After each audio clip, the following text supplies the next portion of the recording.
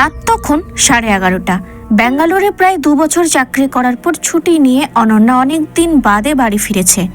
এই পুনাম, জল নিয়ে আয় তো। আচ্ছা দিদি। কিন্তু ঘরে ঢুকেই অনন্যার অদ্ভুত লাগলো। মা, ঘরটা বেশ পরিষ্কার, তবু মনে হচ্ছে কেউ যেন ইউজ করে রুমটা। আমি বলেছি না আমার রুমে কেউ যেন না থাকে। আরে অনেকদিন পর ঘরটায় ঢুকলি, তাই হয়তো এমন লাগছে। তারপর মাঝরাতে ঘটলো কিছু অদ্ভুত ঘটনা।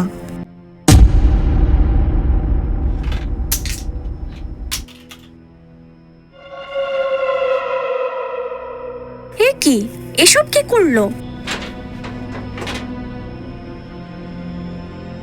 তারপর সন্ধ্যায় হঠাৎ দেখলো মা কার সাথে কথা বলছে। মা কার সাথে কথা বলছে? কার সাথে কথা বলছো মা? কই, কেউ না তো। সে যাকে, পুনামকে আমার ঘরে পাঠাও তো। পুনাম? সে তো 1 বছর হলো কাজ ছেড়ে দিয়েছে। কি? কিন্তু আমি তো ওকে দেখলাম। সে কাজ ছাড়িনি মা, সে মারা গেছে। তুই কষ্ট পাবি ভেবে আমি বলিনি, কিন্তু আমি বুঝতে পারি ও এখন ওই বাড়িতেই আছে। অনন্যার সবকিছু যেন কেমন গন্ডগোলের লাগলো। এসব কি বলছে মা? মা কি তাহলে পুনামকে দেখতে পায়? আর তখনই অনন্যা পুনামকে আবারও দেখতে পেল, তবে অন্য রূপে।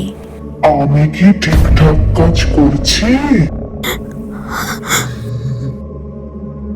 মরলেও কাজ ছাড়া যায় না দিদি।